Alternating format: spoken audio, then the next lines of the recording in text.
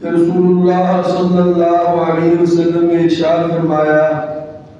جو شخص اپنے مسلمان بھائی کو خوش کرنے کے لیے جس طرح ملتا ہے جس طرح اللہ تعالیٰ پسند فرماتے ہیں مثلا خندہ کشانی کے ساتھ تو اللہ تعالیٰ قیامت کے دن اسے خوش کر دیں گے۔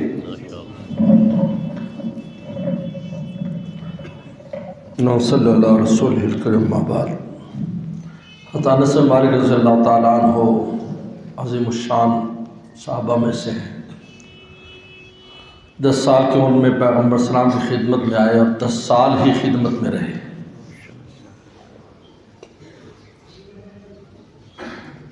ان کی جو والدہ ہیں ام سلیم یہ حضور صلی اللہ علیہ وسلم کی خالہ لگتی ہیں، رضائی خالہ ہے۔ حضرت آمنہ کے ساتھ دودھ پیا انہوں نے۔ 3 تقریباً رضائی خالہ تھیں، ان میں 2 بہنیں یہ تھیں، ام حرام اور ام ملحان اور ام سلیم، یہ تینوں خالہ ہیں وسلم کی۔ ان کے گھر وسلم اکثر تشریف لے جاتے تھے۔ پیغمبر السلام نے ان کو لمبی عمر کی دعا دی تھی، چنانچہ 100 سال سے زیادہ عمر پائی انہوں نے۔ مال کی برکت کی دعا دی تھی، ان کے باغ میں سال میں 2 بار کھجوریں لگتی تھیں۔ اولاد کی برکت کی دعا دی تھی، فرماتے تھے 83 میرے پوتے نواسے پڑپوتیاں فوت ہو چکے ہیں اور جو زندہ ہے اس کا شمار نہیں۔ اور مغفرت کی دعا دی تھی، فرمایا وہ آخرت میں اس کا پتہ چلے گا، وہاں اس کا اثر ظاہر ہوگا۔ بڑی اہم حدیث بیان کی ہے کہ ایک مسلمان دوسرے مسلمان کو ملتا ہے اور اس طرح ملتا ہے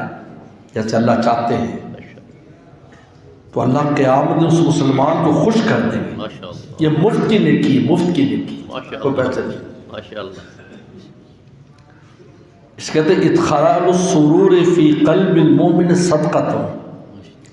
مومن کے دل میں خوشی داخل کرنے پر بھی صدقے کا ثواب ملتا ہے۔ اس لیے تو عیادت رکھی۔ عیادت کیوں رکھی؟ کہ مریض کو جا کر حوصلہ دو، بھائی ماشاءاللہ آپ ٹھیک ہو جائیں گے، یہ ہے وہ ہے۔ یہ نہیں کہو گے ہو بڑی خطرناک بیماری، پتہ نہیں بچتی ہو یا نہیں، یہ نہیں۔ حدیث میں آتا ہے مریض کو کہو نفسوا لہ فی اجلہ، مریض کی موت کو پیچھے ہٹاؤ۔ صحابہ نے کہا کہ کیا اس کی موت پیچھے ہٹ جائے گی؟ کہا نہیں، مسلمان خوش ہو جائے گا تھوڑی دیر کے لیے، تو تمہیں صدقے کا ثواب مل جائے گا۔ اسی لیے تعزیت ہے، تعزیت کیا ہے، صبر دلانا، اس کو خوش کرنا، اس کے دل کے غم کو ہلکا کرنا، سنت ہے۔ ہم ان سنتوں پر آج بڑی غفلت ہے، خصوصاً بڑے شہروں میں تو لوگ پوچھتے بھی نہیں، عجیب بات ہے۔ اچھے دینداروں کو بھی احساس نہیں، وہ سمجھے نماز روزہ پڑھتے رہو بھائی یہی دین ہے۔ نہیں، دین تو عقائد کا نام ہے، مسائل کا نام ہے، اخلاق کا نام ہے، معاشرت کا نام ہے، معاملات کا نام ہے، 5 چیزوں کا نام دین ہے۔ مسجد میں تو آپ ملا جی ہیں اور بازار میں چلے جائیں تو آپ اپنی مرضی کریں، اس کا نام دین نہیں ہے،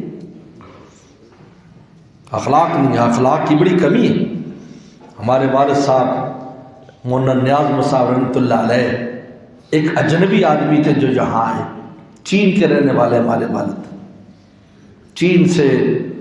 دیوبند میں 10 سال پڑھا اور اس کے بعد استاد بہاول نگر لے آئے، نہ زبان نہ قوم نہ قبیلہ، لیکن ان میں جو ایک چیز ہم نے امتیازی دیکھی کہ مخلوق اور انسانوں کی جو حقوق ہیں، معاشرتی حقوق بہت ادا کرتے ہیں۔ کوئی بیمار ہو جاتا کوئی اس کی عیادت کے لیے جاتے تھے، چھوٹا سا شہر تھا، چاہے مخالف ہو چاہے ان کو برا کہتا ہو پھر بھی جاتے تھے۔ فوتگی ہو جاتی جاتے ہیں، جھگڑا ہو جاتا خاندانوں میں، صلح کرانے کے لیے چلے جاتے ہیں۔ پھر سنا تم جھگڑ رہے ہو، کیوں جھگڑتے ہو، چلو متی ڈالو، جو ہو گیا ماں مزہ متی ڈالو۔ آج یہ پورے شہر میں باغ و بہار دیکھیں،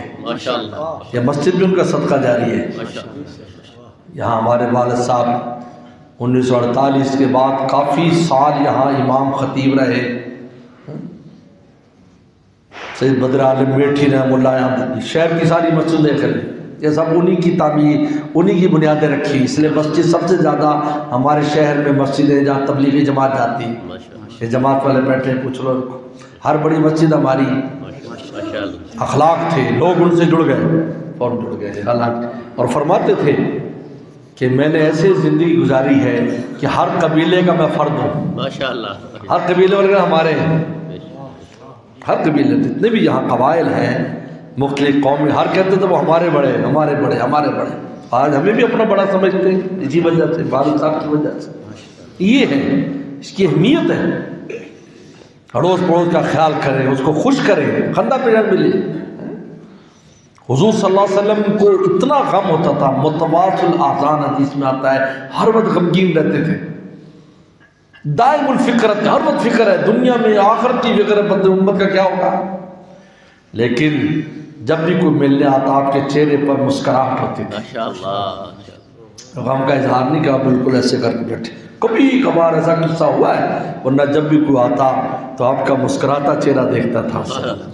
دائم البشرا تھے، حدیث میں آتا ہے، بشرا کہتے ہیں کہ آپ کا چہرہ مسکراتا ہوا ہوتا تھا، اگلا خوش ہو جاتا تھا دیکھ کر۔ لیکن آج اس میں ہماری بڑی کمزوری ہے، ہم کوشش کرتے ہیں اگلے کو ایذا پہنچائیں، بجائے فائدے پہنچانے کی ایذا پہنچاتے ہیں، نہ ہمیں تعزیت کرنی آتی ہے، نہ ہمیں عیادت کرنی آتی ہے، نہ مسلمان سے ملنا آتا ہے، حالانکہ دیکھو کتنی اہم حدیث ہے کہ اللہ اس کو خوش کر دیں گے جو مسلمان بھائی کو خوش کرے گا، دو تسلی کی باتیں کر دو، آپ بھی یا ٹھیک ہو ماشاءاللہ، کچھ نہیں ہوتا بس، اور ہے بھی یہ بات، اللہ کے حکم کے بعد تو کچھ نہیں ہونا، کسی مسلمان بھائی کو تم تسلی دو، اس کا دل خوش ہو جائے گا، اور ذرا دل کے لیے اس کے چہرے پر خوشی آ جائے گی، اللہ تعالیٰ آسمانوں پر خوش ہو جائیں گے۔ اس لیے بڑی اہم حدیث ہے، معاشرت سے تعلق، اسی سے محبتیں بڑھتی ہیں، محبتیں بھی اسی سے بڑھتی ہیں، اس لیے پیغمبر کتنی اہتمام فرمایا کہ اگر تم میں کوئی سالن بنائے تو اس میں پانی ڈال دے اور اپنے پڑوسی میں اس میں سے سالن بھیج دے، خواہ فرمایا کہ خواہ وہ کھر ہی کیوں نہ ہو بکری کا، اگر وہ بھیج دے اس سے محبتوں میں اضافہ ہو جائے گا، محبتیں بڑھیں گی، تحادو، ایک دوسرے کو ہدیے بھیجو، اس سے تحابو، تم میں محبتیں بڑھیں گی، یعنی تحادو کا لازمی نتیجہ تحابو ہے، اڑوس پڑوس کا ہدیے دینا، یہ دینا۔ اب بہت سے لوگ میرے شیخ کے پاس، شاہ حکیم اختر رحمۃ اللہ کے پاس، ایک میاں بیوی، ایک آدمی آیا کہ حضرت ہم نے ایک ہمارے قریبی عزیزوں کی شادی ہے بچی کی، لیکن وہاں ڈھول بجیں گے، گانے گائیں گے، تو ہم نہیں جانا چاہتے، ہم دیندار ہیں، فرمایا کوئی بات نہیں مت جاؤ، ٹھیک ہے بھائی کاٹ کرو، لیکن بچی کو پہلے ہدیہ دے کے آؤ۔ یہ ہے نا، دین کو بدنام کرتے ہیں ہم، کہنے جی ہم تمہارے ہوتے ہیں اس لیے ہم نہیں آئے، ڈھول بج رہا تھا ہم نہیں آئے، تو بھائی وہ تو الگ بات ہے، تم نے ہدیہ تو دو نا اس کو، بچے کو ہدیہ تو دو، اور فرمایا دوسروں سے زیادہ اچھا دو۔ وہ گئے میاں بیوی، انہوں نے جا کر کہا بھئی یہ ہماری بیٹی ہے، یہ ہدیہ، لیکن ہم کل شادی میں نہیں آ سکتے کیونکہ تم نے گانے بجانے کا اہتمام کیا ہوا ہے، لہذا یہ ہدیہ ہے۔ ان کو اتنی عبرت ہوئی، انہوں نے کہا کہ دیکھو ان کی یہ دین کی وجہ سے نہیں آئے، یہ نہیں ہے کہ پیسے بچانے کے لیے دین کو آڑ بنایا ہے، لہذا آئندہ جب شادیاں کی تو اس میں کوئی ڈھول نہیں تھا۔ یہ ہے آج ہم دین کو آڑ بنا لیتے ہیں اور بدنامی کا ذریعہ بنتے ہیں۔ بھائی شریعت مطہرہ کے احکام ہیں، آپ ایک حکم اس کو پورا کریں، اور اگر اس کی چیز کوئی دوسری آڑ ہے تو آپ اس میں شامل نہ ہو، کس نے منع کی، کس نے کہا شامل ہو نہ جائے، لیکن ہدیہ تو پیش کریں، ہم خود اس پر کرتے ہیں بھی، اگر ایسا ہے بھی وہاں پر ایک مخلوط ہوگا، پہلے جا کر یا ویسے بھیج دیا بھئی یہ ہماری طرف سے، یہ لفافہ دے دینا بھائی، یہ لفافہ ہے اس بچے کو دے دینا، بچی کو مارست دے دینا، تو اب ان کو نصیحت ہو جاتی ہے، وہ کہتے ہیں دیکھو